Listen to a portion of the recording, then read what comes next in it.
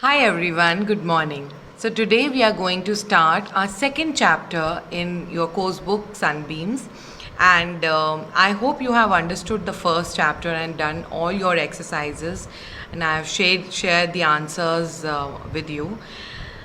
And if in case you have any doubt, feel free to contact me. You can ask me on the WhatsApp group or call me as well. And on request by a few parents, I am going to, in this chapter, I'm going to make certain changes in the way of explaining. That is, I'm going to intermittently explain you the chapter in Hindi.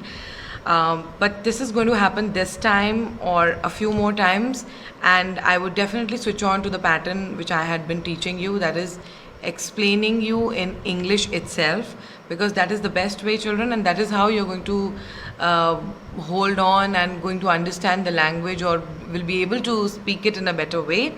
And one more tip that I would like to give you is that if I'm explaining the chapter in English, you should try and catch the expression.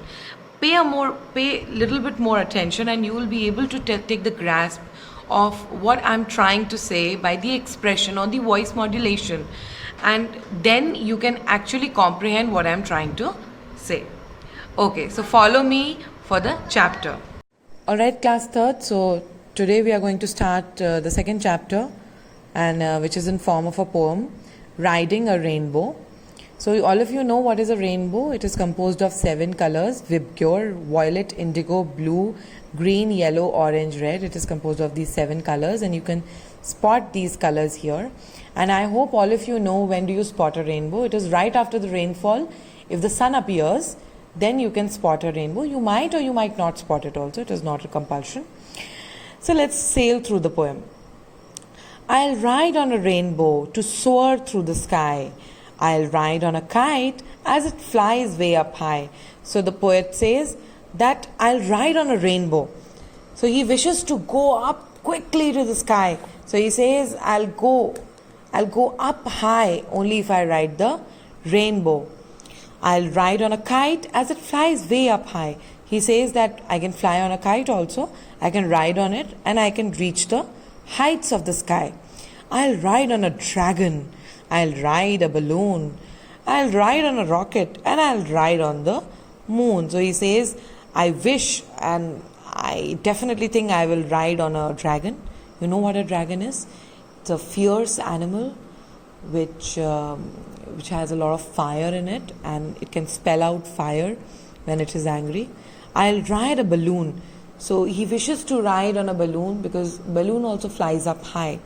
I'll ride on a rocket and ride on the moon.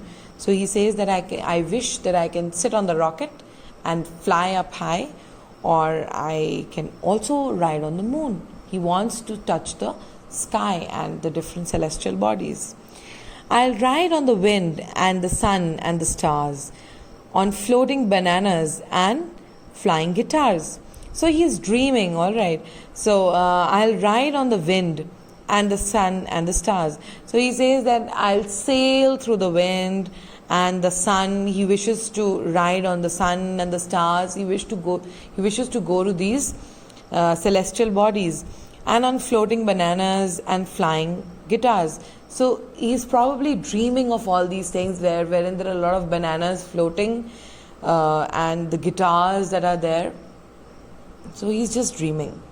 I'll ride on a cloud and a unicorn too. So do you know what a unicorn is? It is an animal who looks similar to a horse. It's just that it has a horn. It has a horn in front of it. So that's a unicorn. It's a beautiful animal. I'll ride in the seat of a magical shoe. So he says, I'll ride on a cloud and a unicorn too. He wishes to ride on a cloud. बादल पे जाना चाहता है, unicorn पे ride करना चाहता है. He wishes to ride in the seat of a magical shoe. He wishes that he has a magical shoe and he can sit on that and go to places. But why would I ride on the sun and the stars? So he's asking, or it's a rhetorical question although, that why would I do that? मैं ऐसा क्यों करूँगा? It's so much more fun than just riding in the cars. He says that it is better than riding the cars. He says that today what we do is we just ride on our cars, go to places. But if I can go to all these places, the stars, the moon, the rainbow, the floating bananas, the guitars, he says it is even better, isn't it? So he's dreaming of all of this. So this little beautiful poetry is written by Ken Nesbitt, and it is about this joyful lad who's thinking of all these things.